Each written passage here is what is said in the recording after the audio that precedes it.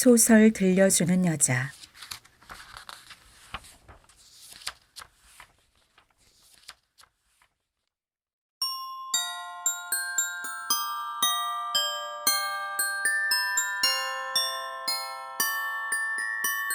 크리스마스 선물.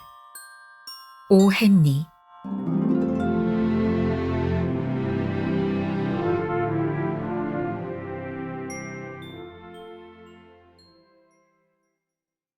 $1 87센트. 그게 다였다. 그중 60센트는 1센트짜리 동전짜리다. 그동안 식료품 가게나 채소 가게, 정육점 주인과 얼굴이 붉어질 정도로 인색하게 값을 깎아 한 푼, 두 푼씩 모은 것이다. 델라는 그것을 3번이나 세어보았다. $1 87센트. 그리고 내일은 바로 크리스마스다. 델라는 낡아빠진 소파에 털썩 주저앉아 흐느껴 울었다. 인생은 흐느껴 울기도 하고 훌쩍거리기도 하고 웃으며 사는 것인데 훌쩍거릴 때가 더 많다고 느껴졌다. 주당 $8짜리 집세를 내는 가구가 딸린 아파트다. 딱히 거지 생활은 아니지만 걸식자 수용소라는 간판이 붙을 수 있는 정도의 것이다. 아래층 현관에는 편지 한 통 들어갈 것 같지 않은 편지함과 눌러도 소리가 나지 않을 것 같은 초인종이 있었다. 거기에는 또한 제임스 딜링햄 영이라고 쓰인 문패가 걸려 있다. 이 집 주인이 경기가 좋아 주급 $30를 받을 때는 딜링햄이라는 문패가 바람에 힘차게 나부꼈다. 그러나 수입이 $20로 줄어든 지금 딜링햄이라는 글자도 D자 하나만으로 겸손하고 주제 넘지 않게 생각하고 있는 것 같이 희미해 보였다. 하지만 제임스 딜링햄 영씨가 집에 도착하면 위층의 방에서 벌써 델라라고 소개한 제임스 딜링햄 영의 부인이 짐이라고 부르며 다정하게 안아준다. 그것이면 족한 것 아닌가.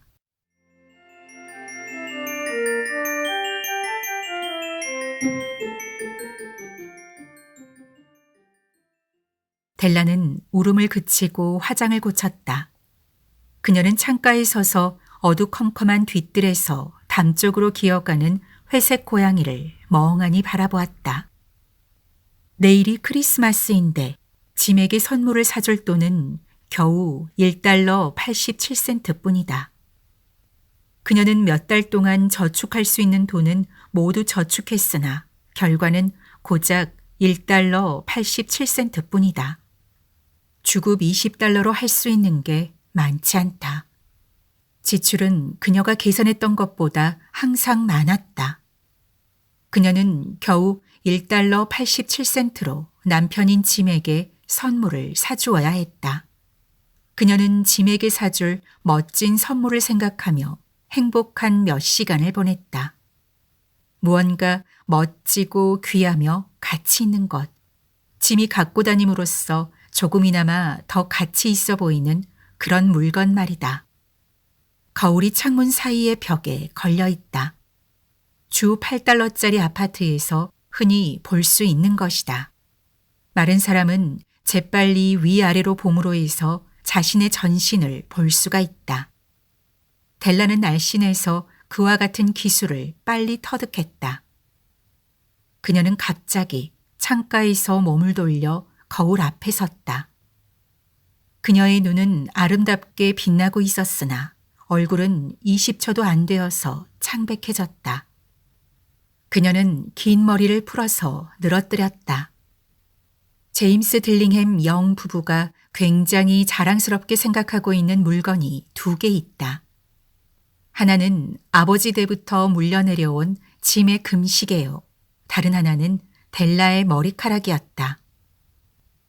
만약 시바 여왕이 건너편 아파트에 살고 있다면 말리려고 창밖으로 흘러내린 델라의 머리카락을 보고 부러워했을 것이다.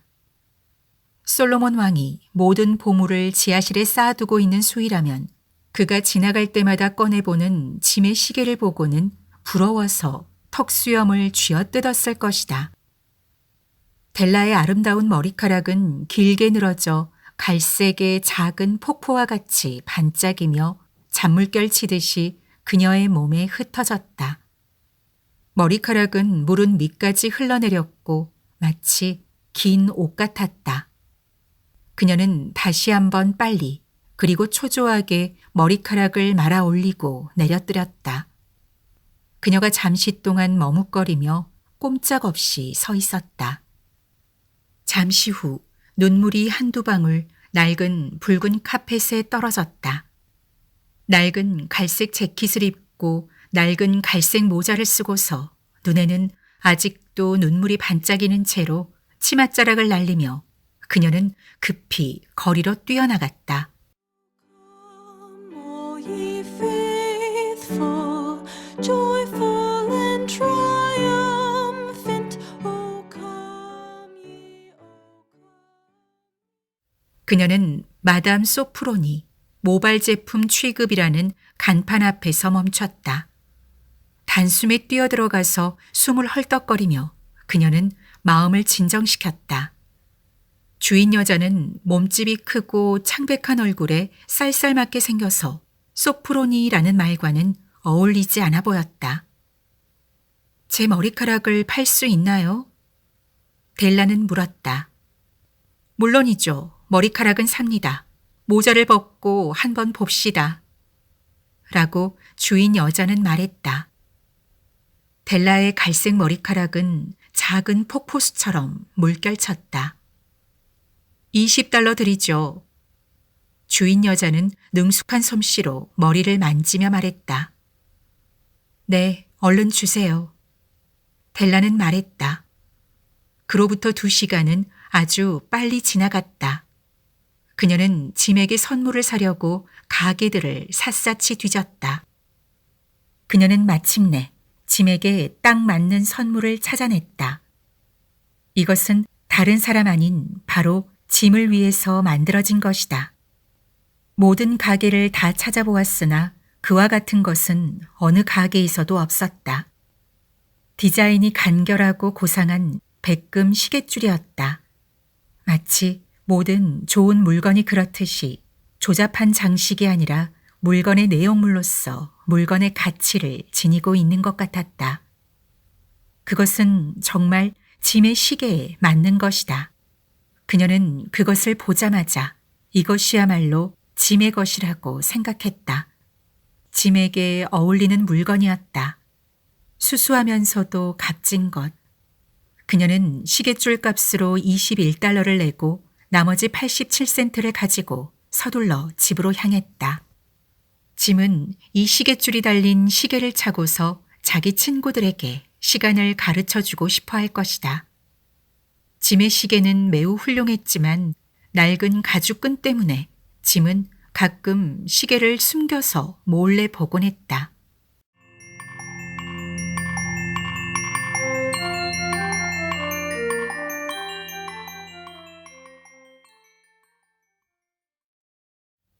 델라는 집에 도착하자 흥분을 잠시 가라앉히고 이성을 찾았다. 고데기를 꺼내서 사랑하기 때문에 생긴 상처를 손질하기 시작했다. 그것은 엄청난 일이었다. 40분도 안 돼서 그녀의 머리는 작고 짧은 곱슬머리가 되어 말썽꾸러기 남학생같이 보였다. 그녀는 거울에 비치는 자신의 모습을 오랫동안 주의 깊게 자세히 보았다. 짐이 내가 어울리지 않는다 하며 마치 코니 아일랜드 합창단의 소녀같이 보인다고 말하겠지. 하지만 어쩔 수 없었어. 겨우 $1 87센트로 살 수 있는 건 없으니까.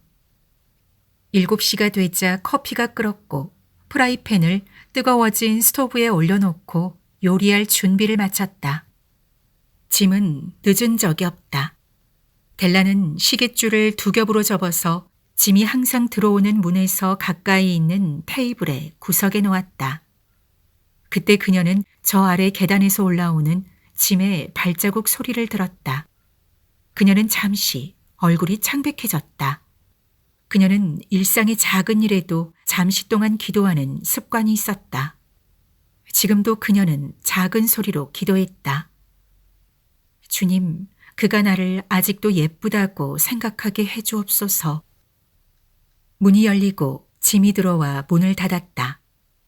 그는 여윈 체격에 진지해 보이는 젊은이였다. 가엾은 친구, 이제 겨우 22살인데 가장의 무거운 짐을 지고 있다. 그는 새 외투가 필요했고 장갑도 없었다. 짐은 문 안으로 들어와서 메추라기의 냄새를 맡은 사냥개 마냥 꼼짝 않고 서 있었다. 그는 델라를 빤히 쳐다보았다. 델라는 그의 표정을 도무지 알 수 없어 겁이 났다. 그것은 화냄도 놀람도 실망도 공포도 아니었다. 그녀가 생각했던 어느 것도 아니었다. 그는 다만 특이한 표정으로 그녀를 바라볼 뿐이었다. 델라는 테이블을 비켜서 그에게로 다가갔다. 짐, 제발 그런 눈으로 날 보지 마세요. 그녀는 말했다. 당신에게 선물을 하지 않고는 크리스마스를 보낼 수 없어서 머리카락을 잘라 팔았어요. 머리카락은 다시 자랄 거예요. 괜찮죠? 난 머리카락을 잘라 팔아야만 했어요. 내 머리카락은 굉장히 빨리 자라요. 메리 크리스마스라고 말해주세요. 짐, 여보, 당신은 모를 거예요. 내가 얼마나 아름답고 멋진 선물을 샀는가를. 머리카락을 잘랐다고? 짐이 애써 물었다. 이미 고통스럽게 느끼고 있었으나 그 사실이 실감나지 않는 모양이었다. 잘라서 팔았어요. 어찌되었든 당신은 나를 사랑하시죠? 머리카락이 없더라도 나는 나죠. 그렇죠? 짐은 방을 둘러보았다. 머리카락을 잘랐다고? 그는 거의 바보처럼 되물었다. 잘라서 팔았다고 말했잖아요. 오늘은 크리스마스 이브예요. 여보, 당신을 위해서 한 짓이니 용서해 주세요. 내 머리카락 수는 셀 수 있을지라도 당신에게 향한 나의 사랑은 누구도 헤아릴 수 없을 거예요. 그녀는 심각하게 그러나 다정스럽게 말했다. 여보, 식사를 준비할까요? 짐은 갑자기 꿈에서 깨어난 것 같았다. 그는 델라를 꼭 껴안았다.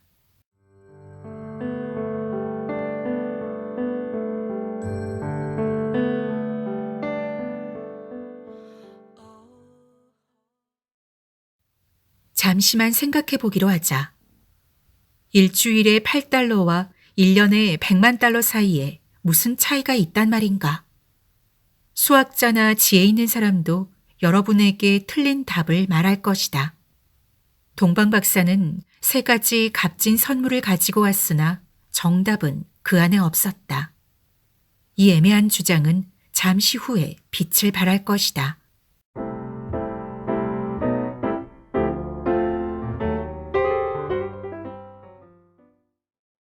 짐은 오버커트 주머니에서 작은 선물 꾸러미를 꺼내 테이블에 놓았다. 델라, 오해하지 말아요. 당신의 머리 모양이 어떻건, 아니 아예 삭발을 하건 어떤 샴푸를 쓰던 내 사랑은 변하지 않소. 그 꾸러미를 풀어본다면 내가 처음에 왜 그렇게 당황했는가를 알게 될 것이오. 희고 날렵한 손가락이 꾸러미의 끈과 종이를 풀었다. 환희와 기쁨의 탄성이 그녀의 입에서 새어나왔고 머지않아 안타까운 눈물과 울음을 터뜨렸다. 짐은 성심껏 델라를 위로했다. 그것은 바로 장식 핀 세트였다. 델라가 오래전부터 갖고 싶어 했던 브로드웨이의 상점 진열장에 있는 옆머리와 뒷머리용 빗핀이 거기 있었다. 거북딱지로 만들어져 가장자리에 보석이 박힌 아름다운 빗핀. 이제는 사라진 델라의 아름다운 머리카락에 잘 어울리는 빗핀이었다. 그녀는 그 빗핀이 비싸다는 것을 잘 안다. 사실 자기가 그것을 소유하리라고는 생각지도 않고 다만 갖고 싶어 했을 뿐이었다. 그런데 이제 그 비핀이 그녀의 것이 되었으나 비핀을 꽂을 머리카락은 없었다. 그녀는 비핀을 가슴에 안았다. 마침내 눈물로 흐릿해진 눈으로 미소를 머금고 짐, 내 머리카락은 굉장히 빨리 자라요. 라고 말했다. 그런 뒤 델라는 불에 댄 고양이처럼 펄쩍 뛰면서 아, 그래요. 하고 소리쳤다. 짐은 아직 그를 위해 준비한 아름다운 선물을 보지 못했다. 델라는 선물을 정성스럽게 짐에게 건네주었다. 고급스럽고 둔탁한 귀금속이 그녀의 밝고 강렬하고 아름다운 마음씨의 반사로 빛나는 것 같았다. 멋있죠, 짐. 이걸 사려고 온 시내를 헤맸어요. 이제 당신은 하루에 몇백 번씩 시계를 보게 될 거예요. 당신 시계를 이리 줘봐요. 시계줄이 얼마나 잘 어울리나 보게요. 짐은 시계를 건네주는 대신 소파에 주저앉아 손을 머리 뒤로 하고 미소 지었다. 델라, 우리 크리스마스 선물을 잠시 넣어둡시다. 선물이 너무 훌륭해서 당장 사용하기에는 아깝구려. 나는 당신에게 선물할 돈을 마련하느라 시계를 팔아버렸소. 자, 이제 식사 준비나 합시다.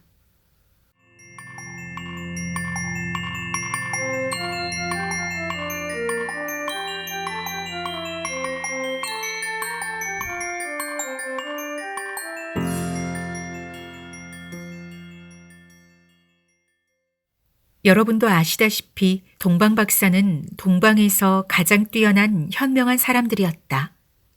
동방 박사들은 말구 위에 누워있는 아기 예수의 탄생을 축하하기 위해 선물을 가져왔다. 그래서 크리스마스에 선물을 하는 풍습이 생겼다. 현명한 사람들이었으니까 선물이 중복되는 경우 바꿀 수 있는 특혜가 있었을지도 모른다. 나는 작은 아파트에 사는 두 어리석은 젊은이가 현명하지 못하게도 서로를 위해 자신의 가장 소중한 보물을 희생한 평범한 이야기를 어설프게 전했다. 마지막으로 요즘을 살아가고 있는 현명한 사람들에게 하고 싶은 말이 있다.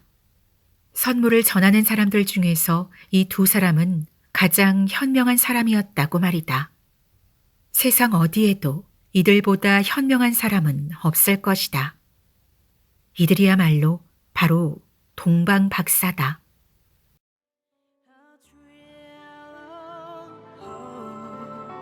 The weary world rejoices, for yonder breaks a new, a glorious morn.